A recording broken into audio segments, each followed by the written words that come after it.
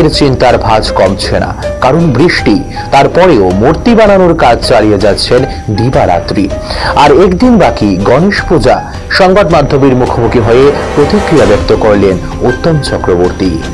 এই বৃষ্টিতে মানে আমি আমার কাজ কারবার যতদিন ধরে আর কি, প্রায় 40 বছরের, এই বছরের মতো বৃষ্টিতে ক্ষতিগ্রস্ত আর কোনোদিন আমি হয়েছি না। এমন বৃষ্টির জন্য তো ঠাকুরের কাজই করে। কালকে একটা বৃষ্টি হয়তো সবটি ঠাকুরই আমার হইলে যেত, কিন্তু কোনো রকমে চাপাচুপিতে রক্ষা করছে। বৃষ্টির জন্য তো কাজই করা যেতেছে। মানে কিরকম অর্ডার আছে আমার সমস্ত ঠাকুর অর্ডার।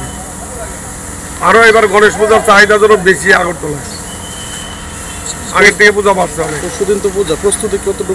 প্রস্তুতি বলতে আজকে রাত্রিটা শুধু পাবো, কালকে তো সকাল থেকে ডেলিভারি যাবে। যত রাত্রিও কাজ, কালকেও সারা রাত্রি কাজ হয়েছে, কারণ এই ঠাকুরগুলি আজকে যত কষ্ট ফিনিশ করতেই। কতটা অর্ডার এবার পাইছেন? আমার এখানে 60টা গণেশ আছে। আগেবার তো নাকি বাড়ছে? আগেবার তুলনায় বাড়ছে। সব মিলিয়ে মানে একটা চিন্তার ভাঁজ, মানে আপনারা বৃষ্টির কারণে। হ্যাঁ, যদি আজকে বৃষ্টি না হয় তাহলে ঠাকুরের আপনাদের বাঁচাই দিব, আর যদি বৃষ্টি হয় তাহলে বিপদ আছে। রেটটা কীরকম রয়েছে? রেট দেখুন, এখন সময় যা মার্কেটের পরিস্থিতি, সব জিনিসের দাম বাড়া, সেই তুলনায় ঠাকুরের যে রেট একটা খুব বেশি তা না, ওই মোটামুটি আর কি। খুব কম প্রফিটে আমি কিন্তু ঠাকুর বিক্রি করি, কিন্তু আমার সাজ সরঞ্জাম সব দামি। আপনাদের এখানে যারা যারা কাজ করছেন সবাই কি স্থানীয় না?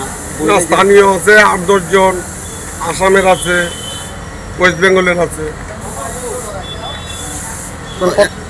কতজন কাজ করে আমার কাছে এখন পর্যন্ত কাজ করতেছে প্রায় 14-15 জন। আপনি এখানে সবচেয়ে বড় মূর্তি কত ফুট? আমার সবচেয়ে বড় মূর্তি গণেশ হয়েছে, ব্যাকগ্রাউন্ড নিয়ে আসে 14-15। দিবারাত্রি কাজ চলছে না? দিবারাত্রি।